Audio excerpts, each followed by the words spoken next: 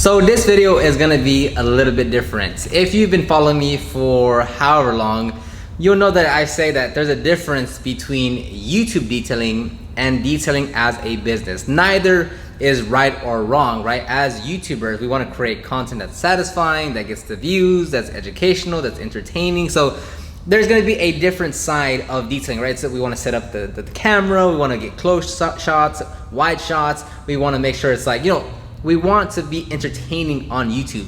But the problem is that we get so fixated and start to believe like, okay, I'm seeing a lot of these videos, I guess that's how you do it, and they're doing it as a business, so I guess that's how I'm supposed to apply it to my detailing business once I start. But that couldn't be further from the truth. That's why I stopped making all those crazy transformation interior cleaning videos, ASMR, that's why I stopped doing those videos.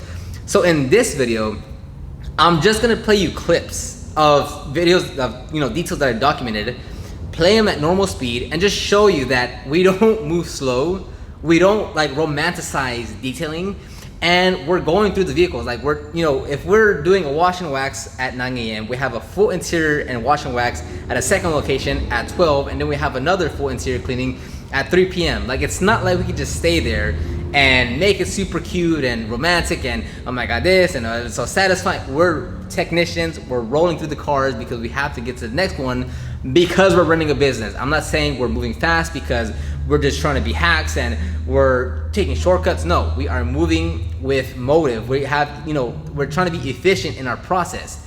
So this one, I'll just play clips of us doing the work and just compare it to whatever the videos, just to show you the difference between like, okay, yeah, there is the YouTube detailing side of things of like satisfying, cool, cinematography, color grading and shots and whatever and compositions and all that. Then you have the, oh, okay, we're working over here. So I just wanna make a video to note the difference between the two. So here's us cleaning some wheels and tires.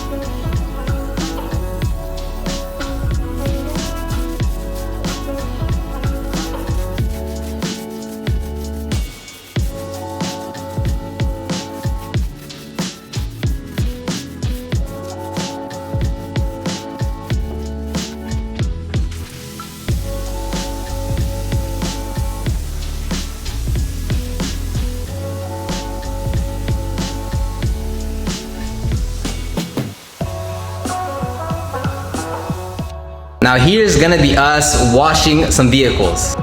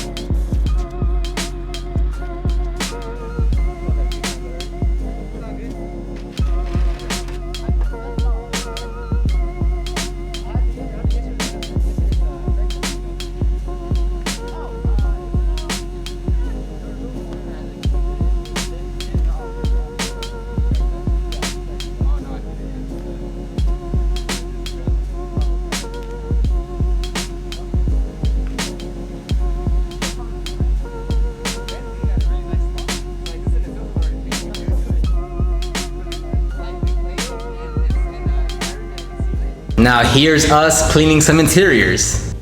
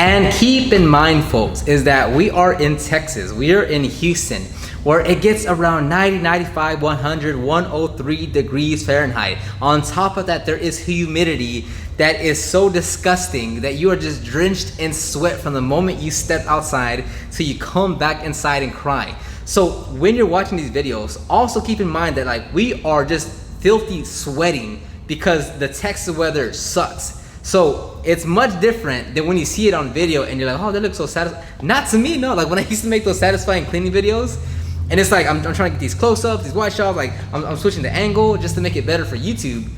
But in reality, I'm dying out there. Like I am heat exhausted. Like I'm tired. I want to go home. Like I want to go eat. I want to take a break. But because I'm mobile, because we're on the job, because there's 2-3 more to do, we don't have those luxuries. So yes, it's good to be inspired and motivated by detailers online, whether you see them on Instagram or YouTube. But just note that detailing as a business, when you're a technician out there working, your labor on the field, and you're doing the actual work, that is much, much different than what you see online. I went through that phase. A lot of us are gonna go through that phase because you're starting your business because what? You see it online, it looks so satisfying, it's cool, it's relaxing. But when you're doing it as a business, it's a whole different ballgame. It's not about, hey, I'm gonna go after every single last little stain. I'm gonna go after every single last little scratch. I'm gonna go after every single last little blemish or imperfection. If the customer is paying you to do that, if they're spending whatever, $1,200, $1,400, $1,600 on a 2-step correction and coating, that's when you go for 90, 95% correction. You don't do that when the customer only wants to wash and you're like, oh, I see all these scratches, I want to remove them. No, that's not how it works out. So I'll end the video right here. Let me know what you think about this video. It's not to throw shade at anyone. It really helps to see the difference and to understand the difference between YouTube detailing and detailing as a business. Remember, I used to make those videos too. Like it was like what I did for a while, however many years ago now. And it's just very important because I get the questions, I see the comments on YouTube and Instagram, my emails of like, hey, I'm doing this and I'm doing that. And it's like, my guy, you're stuck in the YouTube detailing world. Like you gotta step away from that and look at it like on the, be more efficient, get through more cars because you're running a business. If you wanna make more money, you gotta go through more cars. And this isn't to say like, oh, like you're cutting corners, you're doing this, or oh, you're actually being cheap. Oh, if it's none of that. Like we're running a business. Like does a chef at a restaurant be like, you know what? I want to make the best macaroni and cheese, so I'm gonna take an hour. No, the customer wants their food in 15 minutes, so bring it out in 15 minutes. You know. So yeah, that's it. I'll end it right here. Check the description box down below for the links to my Detailing Business Class podcast, the Detail Groove Training Facebook group, the guides to start your business, and anything else that I am working on or associated with. Other than that, I'll talk to everyone on the next one.